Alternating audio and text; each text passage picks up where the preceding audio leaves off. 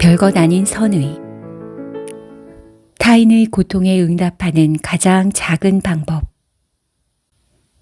대학원 시절 조교로 일할 무렵이었다. 1학년 학부생과 심하게 말다툼을 한 적이 있다. 볼이 발그스름하고 긴장하면 얼굴이 홍당무처럼 빨개지던 학생이었다. 신입생 입학기념 배지 배부와 관련된 사소한 사안이었으나 당시에는 우리 둘 다 마음이 몹시 상했다. 나는 울먹거리며 다른 조교들에게 하소연했고 그 친구 역시 학사지원부로 찾아가 울음을 터뜨렸다고 들었다. 몇 해가 지나 고시준비실 담당 조교를 할 때였다. 입실 시험 감독관으로 들어갔더니 그 학생이 거기 앉아 있었다. 이제는 고학번 학생이었으나 단번에 알아볼 수 있었는데 그렇게 볼이 빨간 사람은 드물었기 때문이다. 그녀 또한 나를 알아보는 듯했다. 나 역시 한 번 보면 쉽게 잊히지 않을 얼굴 까만 사람이었으니 말이다. 1교시 시험이 시작되었다. 학생증 검사를 하려고 책상 사이를 지나던 중 그 친구 언저리에서 무언가 난감한 공기를 감지했다. 가까이 다가가 보니 펜 잉크가 닳아 글씨를 쓰지 못하고 있었다. 감독자에게 상황을 이야기하려 해도 예전에 그 못된 조교원이라 내키지 않았을 것이다. 시간은 흐르는데 그녀는 울상이 된 채 펜을 흔들며 잉크가 나오게 하려고 애쓰는 것이었다. 나는 교탁에 놓아둔 필통에서 내 펜 하나를 집어 그녀의 책상 위에 말없이 올려두었다. 읽고 쉬는 시간이 되자 그 학생은 앞으로 나와서 내가 빌려주었던 펜을 탁 교탁에 얹었다. 그리고 잠시 머뭇거리며 입술을 달싹이더니 아무 말 않고 휙 나갔다. 순간 기분이 상하는 대신 엉뚱하게도 내가 바로 나구나라는 생각을 했다. 머뭇거리다 휙 나가버리는 그 학생의 몸집에서 나를 보았던 것이다. 맹렬히 연습했던 줄넘기 시험을 망친 후 속상해하다가 담임선생님이 다독여주자 좋아서 몸을 비틀어 품에서 빠져나왔던 9살 무렵의 내 모습을. 저편에 선생님들이 걸어오시는 걸 보고 인사할지 망설이다 냅다 뛰었던 17살의 내 모습을. 귀엽다라는 선배 오빠의 말에 설렌 나머지 도리어 표정이 딱딱하게 굳은 채 못 들은 척하던 20몇 살의 내 모습을. 그 수줍은 예의 없음을 나는 단번에 알아차렸다. 이내 마음속에서 이제껏 느껴보지 못했던 종류의 자애로운 감정이 솟았다. 쉬는 시간에 사온 펜으로 고개 숙이고 답안만 쓰던 그 학생을 향해 나는 내가 만들어낼 수 있는 가장 따스한 시선을 2교시 내내 보냈다. 어쩌면 그 친구는 정말로 싫어서 펜을 던지고 나간 것뿐일지도 모른다. 저 못된 조교 언니가 준 펜으로 시험을 보려니 글씨가 안 써진다고 하면서 말이다. 그렇지만 대학에서 연구하고 가르치는 선생님으로 살아가면서 종종 그 기억이 떠오르곤 한다. 볼이 빨갛고 내성적인 누군가의 빈틈을 알아보게 해준, 얼굴 까맣고 내성적인 다른 누군가의 동일한 빈틈. 그럴 때마다 생각하게 된다. 비록 학생들에게 카리스마 넘치는 역할 모델이나 근사한 멘토가 되어주지는 못할지라도 내가 지닌 모종의 빈틈 덕분에 타인의 그것을 세심하게 알아차리고 보듬어 줄 수 있을 거라고.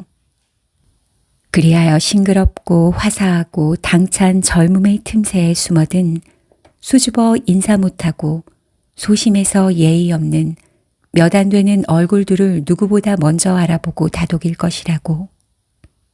내가 너야. 그래서 나는 알아본단다 라며 말이다. 선이란 무엇인가 라는 화두를 던지거나 선함의 효용을 설파하기 위해 이 책을 쓴 것은 아니다. 어떤 찰나들을 포착하고 기록하여 사람들과 나누고 싶었다. 나의 결점을 통해 타인의 빈틈을 알아보고 다정한 이해의 눈길을 보냈던 저 순간과 같은 그런 알아봄의 경험은 정의를 구현하고 세상을 바꾸는 데 하등 쓸모를 갖지 못하겠지만 우리가 일상에서 서로의 고통에 귀 기울이고 응답하는 가장 작은 방법이 되어줄 수 있지 않을까 생각했다. 불안정하고 불확실한 채 그럼에도 매일의 발걸음을 떼어놓는 우리를 지탱해 주는 것은 어쩌면 아주 사소한 별것 아닌 것들일지 모른다. 제7의 봉인이라는 영화가 있다. 패스트의 공포가 만연한 14세기 중엽, 기사 안토니오스 블로크는 십자군 전쟁에 참전했다가 10여 년 만에 고향으로 돌아가는 길에 사자의 방문을 받는다. 그는 자신의 죽음을 지연시키기 위해 사자에게 체스 게임을 두자고 제안한다. 게임이 진행되는 동안을 말미삼아 일생토록 품어온 실존적 물음들의 답을 구하고자 했던 것이다. 성당 고해소를 찾아가 회개의 행진을 하는 무리를 만나고 마녀로 물린 소녀 곁에서 질문을 던지지만 존재와 구원에 대한 어떠한 답도 그는 얻지 못한다. 거기서 목도한 것은 불안한 군중이 만들어낸 희생양과 얼어붙은 두려움뿐이었으니까. 그 여정 중에 어느 떠돌이 광대 가족을 만난다. 그들에게 산딸기와 우유를 대접받으며 초저녁 한때를 함께 보내게 된다. 그는 말한다. 이 순간을 잊지 못할 거요. 이 고요함, 산딸기와 우유, 저녁 노을에 물든 당신들의 모습, 그리고 우리들이 나눈 이야기를 기억할 테요. 신선한 우유가 철철 넘치는 그릇처럼 내 두 손에 조심스럽게 간직할 것이요. 이 기억은 나에게 커다란 충만함 그 자체가 될 것이요. 이 책을 읽는 그대가 책장을 넘기다 어느 구절에선가 자기 삶에 누군가가 새겨 넣었던 혹은 누군가의 삶에 자신이 선물해 주었던 그런 반짝이는 한순간을 복귀할 수 있다면 기쁘겠다. 우리를 지탱해 주는 것. 키스 자렛이라는 피아노 연주자가 있다. 쾰른 콘서트라는 제목의 즉흥 연주를 처음 들은 순간이 기억난다. 학부 졸업을 한 학기 앞두고 휴학 중이던 여름, 아르바이트를 마치고 전철을 기다리고 있던 저녁이었다.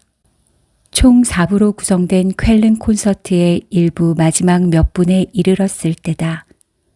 멀리서 전동차가 다가오고 교복 입은 학생들이 비를 피해 역전으로 밀려들었다. 땀냄새와 비냄새가 훅 끼쳐오는 그 자리에 서서 이어폰 안에 연주에 귀 기울인 채 나는 시간이 이대로 멈추었으면 했다. 단순한 음률이 미세하게 즉흥 변주되며 고조되는 찰나, 연주자의 감정이 서서히 차오르는 찰나를 느꼈다. 온몸의 솜털 하나하나가 일어 그것을 오롯이 감지했다. 빗물에 구겨진 낡은 주름 치마를 입고도 난 세상 저편 어딘가로 펄펄 날고 있었다. 내가 다른 누구도 아닌 나로서 지금 이 선율을 느끼고 있음에 행복하다고 느꼈다. 영화 체리 향기에서 한 노인이 주인공에게 이런 이야기를 들려준다. 생을 그만두고 싶었던 수십 년 전의 이른 새벽, 참담한 마음으로 나무에 올라 밧줄을 매달던 중 손에 뭔가 만져졌다고 한다. 체리였죠. 탐스럽게 익은 체리였어요. 난 그걸 하나 따먹었죠. 과즙이 가득했어요. 2개, 3개를 먹었어요. 그때 산등성이의 태양이 떠올랐지요. 장엄한 환경이었죠. 그러더니 갑자기 학교 가는 아이들 소리가 들렸어요. 그 애들은 가다 말고 날 쳐다보더니 나무를 흔들어 달라고 했어요. 체리가 떨어지자 애들이 주워 먹었고요. 난 행복감을 느꼈어요. 그리곤 체리를 주워 집으로 향했지요. 누구나 갖고 있을 것이다. 자신에게만 고유한 의미를 갖는, 내가 살아있음을 충만히 느끼게 해주는 어떤 선율, 어떤 장면, 어떤 냄새나 맛을.